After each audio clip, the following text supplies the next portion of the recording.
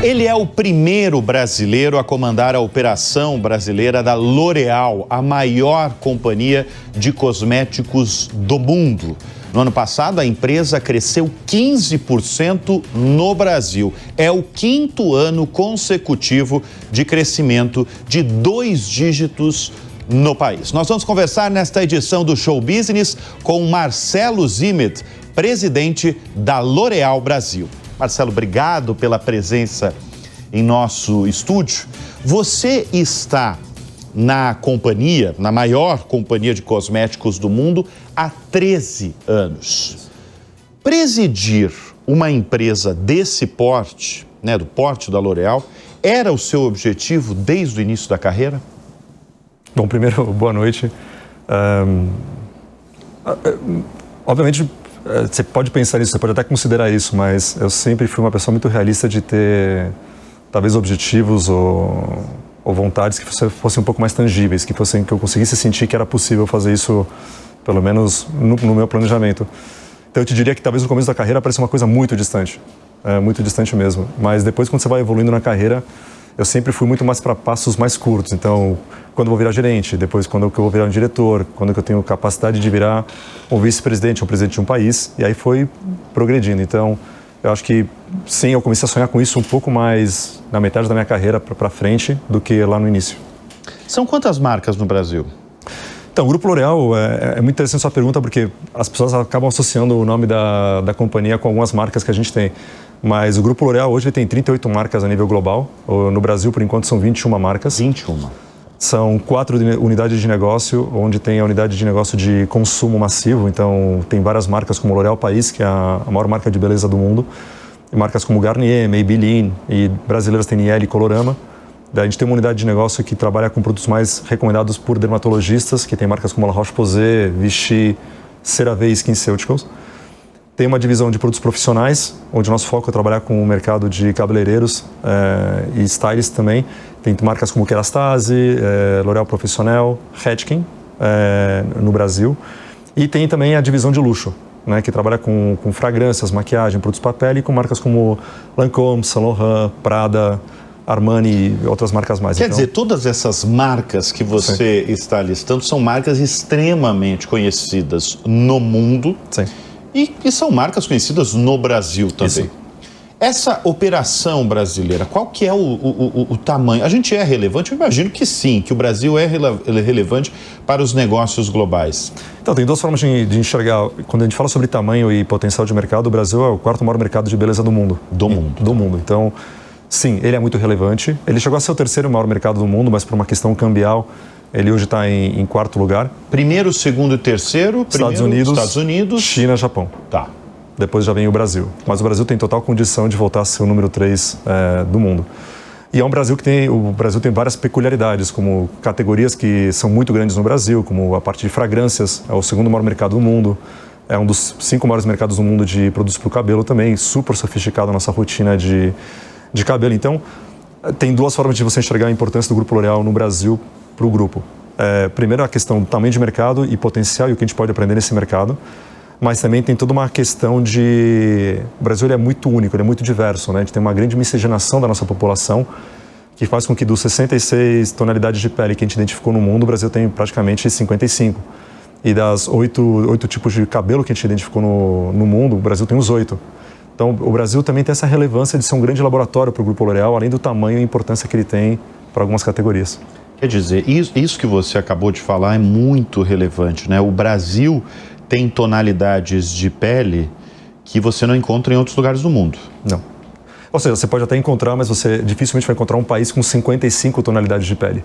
Tá. E você não vai encontrar praticamente... E cabelo também, Tonalidade e cabelo tonalidade de cabelo, mas a questão do cabelo é mais a parte, vai do super liso até um cabelo mais crespo. Tá. Então, o Brasil é o único país do mundo também que tem... Que você não consegue ver com facilidade em outros países. Não, você não consegue ver. Esse é um dos motivos de o Brasil ter virado uma espécie de hub de inovação da companhia? Não, com certeza. Primeiro, acho que essa diversidade que você encontra no Brasil, ela é muito única. Ou seja, você ter toda uma herança indígena, com uma herança africana e também, obviamente, com uma herança europeia, essa mistura que tem no Brasil, porque o que é interessante no Brasil é que diferentes raças ou povos, eles não são segregados como a gente encontra em outras regiões do mundo, eles foram totalmente miscigenados. Isso trouxe essa diversidade que existe no Brasil, que ela é espetacular, ou seja, a nível de desenvolvimento de produto. E tem um outro aspecto do Brasil também, quando a gente sai da questão puramente de produto, tem essa parte, o ser gentil, o ser emocional brasileiro, né? Que a gente pode voltar a falar sobre isso, analisando a nossa história, que a gente é um ser muito driveado pela emoção. E para uma empresa que trabalha com beleza, acho que obviamente a gente quer ter performance, a gente quer ter produtos que sejam muito bons e que entreguem o que o consumidor está procurando, mas você também remeter o consumidor ao ele ver uma textura, ao sentir uma fragrância, ou realmente sentir o produto em si, isso desperta emoções que são super importantes para o Grupo L'Oréal. Então, por um lado tem a questão da diversidade do Brasil, mas o grupo também está super interessado nos fatores emocionais. O que faz um consumidor comprar o produto além puramente da performance. E o que faz? Esse é um tema que eu sei que você gosta já de algum tempo de tentar identificar o que o consumidor, não sei se é só no seu setor, no seu segmento que você atua, mas o que faz um cliente, uma pessoa, escolher determinado produto? O que faz? Então, eu sempre tive muita curiosidade e talvez isso surgiu, até eu me lembro de um lançamento da L'Oréal, muitos anos atrás, quando entrei no grupo, que a gente desenvolveu um produto específico para um tipo de cabelo ou para um tipo de dano que era para um nicho de mercado. E eu fui no ponto de venda e vi uma consumidora comprando aquele produto, eu falei assim, eu tive curiosidade, eu falei, por que você está comprando esse produto? Sabendo que não era talvez um produto específico para ela. Ela falou, porque ele é bonitinho e cheira bem. E eu falei assim, cara, tem alguma coisa que acontece no Brasil que vai além da performance do produto ou você colocar que é para algum tipo de pele ou para algum tipo de cabelo, etc. Tem uma questão emocional que a inovação desperta na brasileira que é incrível. Então, é um fator que há muitos anos eu vinha com essa curiosidade de entender como me conectar com o consumidor.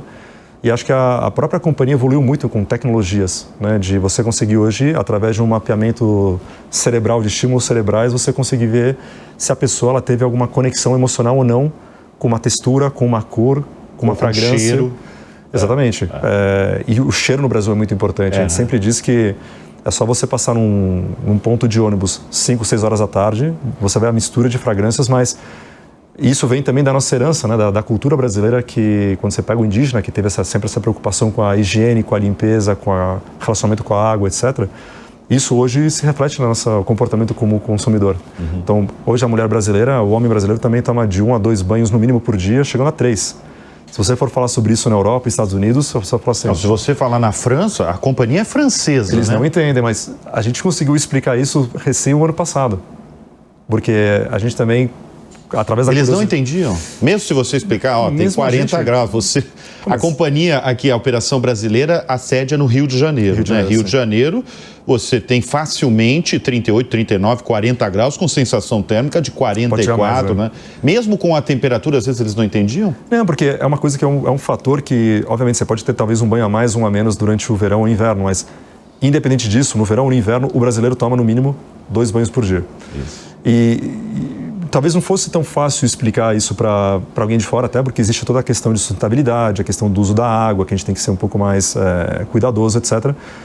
E quando a gente começou a estudar história, cultura, por isso que a gente está num momento muito interessante da L'Oréal, que a gente falou, olha, para a gente poder entender o consumidor hoje, a gente tem que realmente entender cultura. E aí foi quando a gente foi ler Raízes do Brasil. E Raízes do Brasil, você percebe, né, que a questão da nossa herança indígena, que tem toda essa questão da relação com a água, da questão da higiene, de tentar estar sempre limpo e bem cuidado para evitar doenças, etc. Num país que você tem diferenças socioeconômicas muito importantes, a questão do banho e da higiene é muito importante. E não é só na nossa indústria, você vê a questão do cuidado dental no Brasil. E se você comparar com outros países do mundo, é impressionante. A penetração da categoria no Brasil é gigantesca. E você pode ir num lugar de socioeconômico bem baixo, as pessoas estão bem cuidadas. Então, eu acho que a gente começa a descobrir vários fatores hoje de comportamentos do consumidor, também pela questão histórica e nossa herança cultural. Agora, do consumo interno do Brasil, vocês que estão com mais de 20 marcas aqui, sim, o que é fabricado aqui e o que é fabricado fora? A gente tenta fabricar o máximo possível no Brasil. Eu diria até, passando um número, 95% do que a gente vende no Brasil... 95%? É fabricado no Brasil.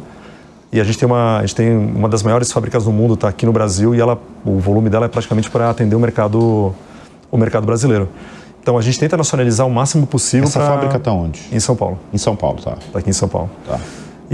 Então a gente tem hoje no Brasil, a gente tem 4 sites, a gente tem a fábrica e um CD muito grande aqui na região de São Paulo. E depois a gente tem o nosso laboratório e também a nossa sede no Rio de Janeiro.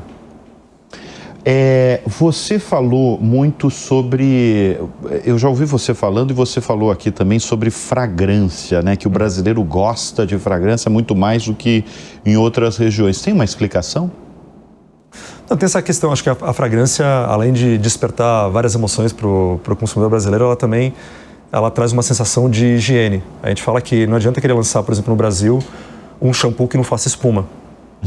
Ou uma fragrância que não tenha um cheiro forte que a pessoa realmente se identifique com ele.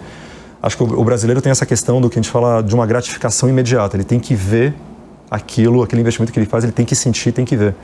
Então, acho que a fragrância tem esse aspecto. Também tem 2 grandes empresas brasileiras que fizeram um trabalho muito bom de criar uma grande penetração de fragrâncias no Brasil. Então, hoje faz parte do dia a dia de um consumidor brasileiro. Que a gente fala, é o segundo maior mercado do mundo de fragrâncias, tem um potencial ainda gigantesco. É o segundo. Tá. E o luxo? A gente está falando de marcas, mas o luxo, qual que é o peso no negócio de vocês? O luxo, acho que eu estava te comentando, hoje em dia, talvez nos últimos anos, se eu pegar o crescimento acumulado dos últimos anos, é o mercado que mais cresce no Brasil em beleza.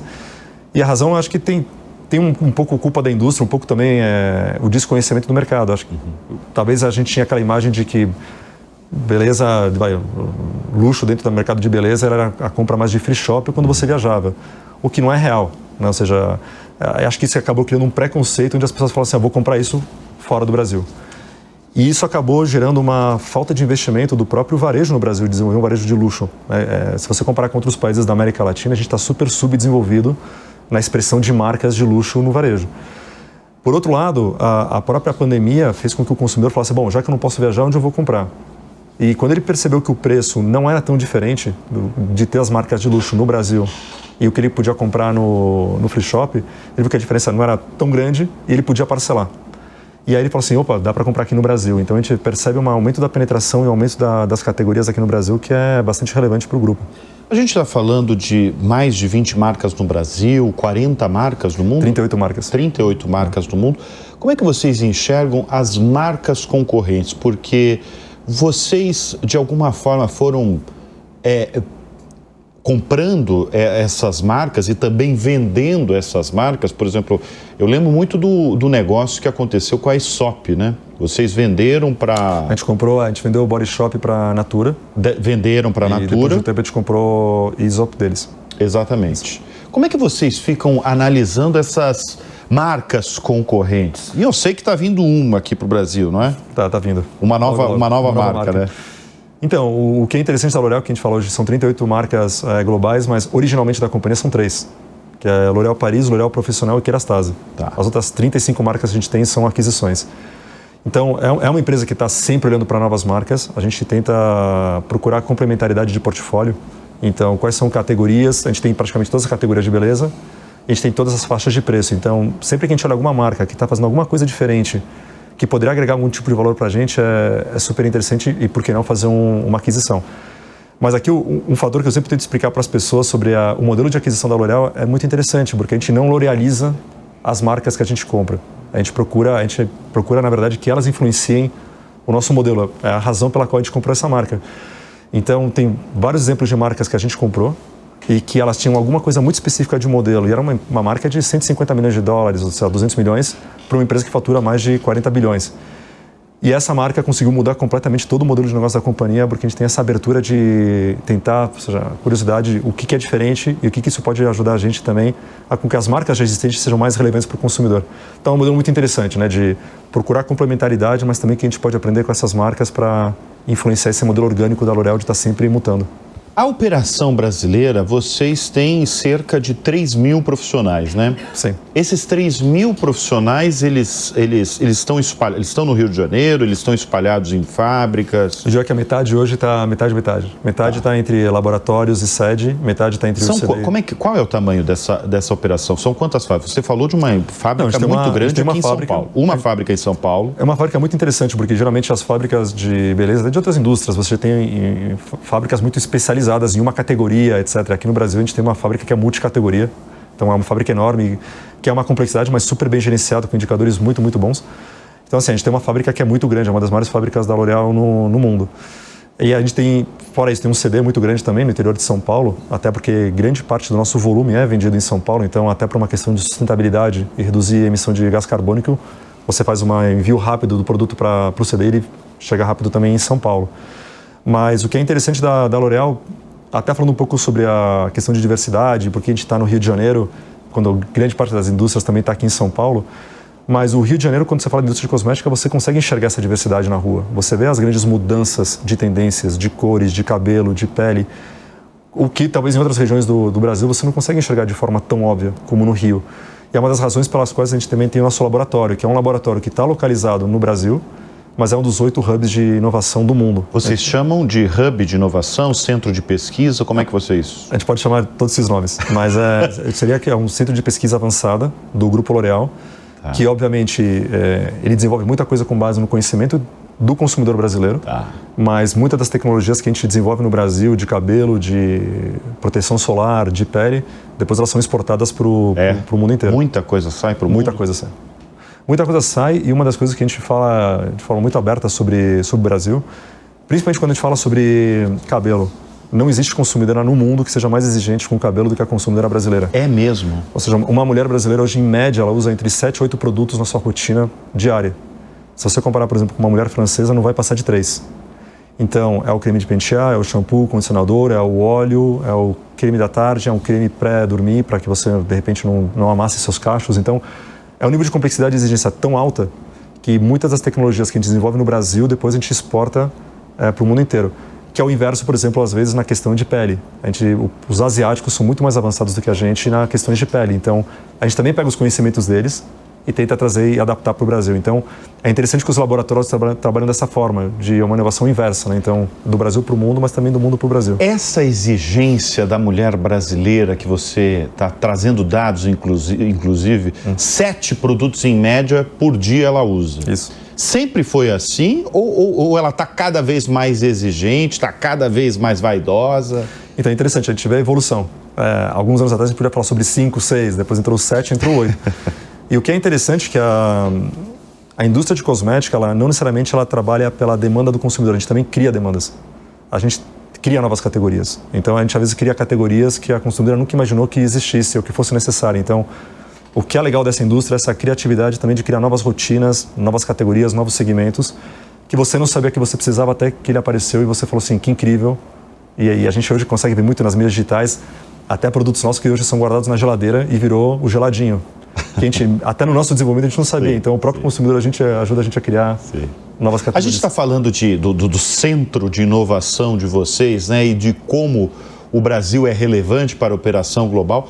Vocês fazem testes no Brasil ou em determinadas regiões, determinados estados, que podem ser exportados para outros países? Não, com certeza. Então, a gente tem um exemplo agora. O que é interessante, a gente às vezes pode pegar uma tecnologia, a gente acabou de lançar um produto de pele que a gente pegou uma tecnologia que foi descoberta no Japão. Só que ninguém fez nada com esse produto no Japão necessariamente, mas a gente precisava de uma textura muito específica para o Brasil que fosse disruptiva. Então a gente pegou essa tecnologia, trabalhou no Brasil, testou em todos os tons de pele e o Brasil, né, a gente fala que o Brasil é um teste, aquele que a gente fala, aquele último grande teste. Porque você pega um país com umidade, calor, tem a questão socioeconômica, então tem que ser um produto que seja democrático, que as pessoas possam comprar, tem que ser acessível. Então, quando você faz todos esses testes no Brasil, mesmo que seja uma forma que foi criada no Brasil ou que a gente trouxe para testar no Brasil, ela acaba sendo assim adaptada e depois exportada para o mundo inteiro. Então, tem vários casos de produtos de cabelo e de produtos da pele que começaram no Brasil e hoje estão sendo vendidos no mundo inteiro.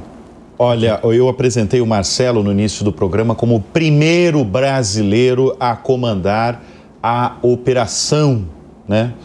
Antes era comandada por franceses, era isso? A gente teve várias nacionalidades.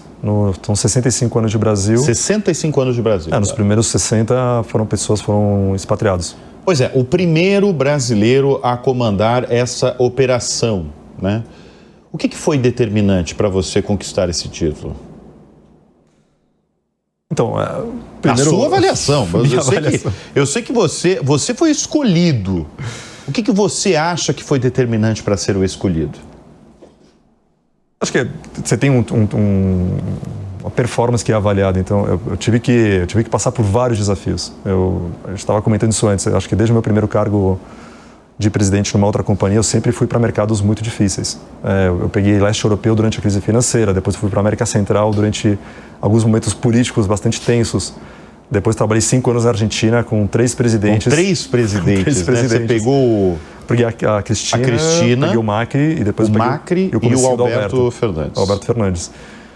Então, eu acho que um dos fatores foi essa questão de conseguir entregar bons resultados em momentos de, eu não diria crise, mas momentos um pouco mais difíceis. E o Brasil não é um país fácil de você gerenciar, porque tem vários fatores que vão mudando, é um país que tem muita mudança constante. Então, acho que primeiro teve uma questão de, em vários momentos de carreira, apesar de ter começado alguns cargos muito novo, eu consegui mostrar para a companhia que eu poderia já fazer uma gestão de um modelo de negócio bastante complexo como é o do Brasil. E, por outro lado, também acho que cada vez mais companhias como a L'Oréal e outras empresas multinacionais, elas percebem que ter locais em cargos de comando, pelas relações que você desenvolve, ou por você conseguir decodificar a cultura, ou por você conseguir se conectar com os times de uma forma diferente, é um fator que realmente impacta o negócio. Principalmente em um país como o Brasil, onde eu sempre digo para qualquer pessoa que vem trabalhar no Brasil, que não é brasileiro, eu falo, olha, o time pela companhia vai fazer 100%. Se você quiser ir para os 110, 120, vai ser pela conexão emocional e social que você vai ter com o time. Então, eu acho que nós brasileiros, a gente tem esse ziriguidum que talvez você... Ziriguidum, essa brasilidade. Agora, você está falando que você tem experiência em lidar com crises, e não só crises brasileiras, mas crises latinas. Latinas, né? Globais, exatamente. Globais, exatamente. Como é lidar e presidir e liderar empresas em momentos de crises, Marcelo? Então, acho que foi uma coisa progressiva, fui pegando de menores crises a maiores crises e etc. E sempre também com... Não se apavore, é isso? Já tive um momento de um pouco mais de dificuldade, mas eu tenho uma tendência a ser muito pragmático. Acho que isso, minha carreira sempre foi muito pragmatismo no momento de crise, ou no momento um pouco mais difícil, de pegar dados, ter calma e tomar boas decisões. Então, o feedback que eu recebo muito dos meus times é esse, que quando tem que acelerar, tem energia, mas quando tem um momento que tem que parar e ser pragmático e tomar decisões, eu tenho muita calma para fazer isso e eu passo essa calma para os times. Então, o time, em vez de ficar afobado no momento de crise, eles têm um direcionamento muito claro de como sair. Muito bem, nós conversamos nesta edição do Show Business com Marcelo Zimmet, presidente da L'Oréal Brasil, o primeiro brasileiro a sentar no comando da maior empresa de cosméticos do mundo. Não é pouca coisa não, hein, Marcelo? Quem sabe algum dia do universo, mas ainda a gente não pode. Mas no mundo, por enquanto, tá bom. Marcelo, adorei. Obrigado pela presença aqui, diretamente do Rio de Janeiro, especialmente para os nossos estúdios aqui do Show Business em São Paulo. Obrigado, viu? Muito obrigado, Bruno.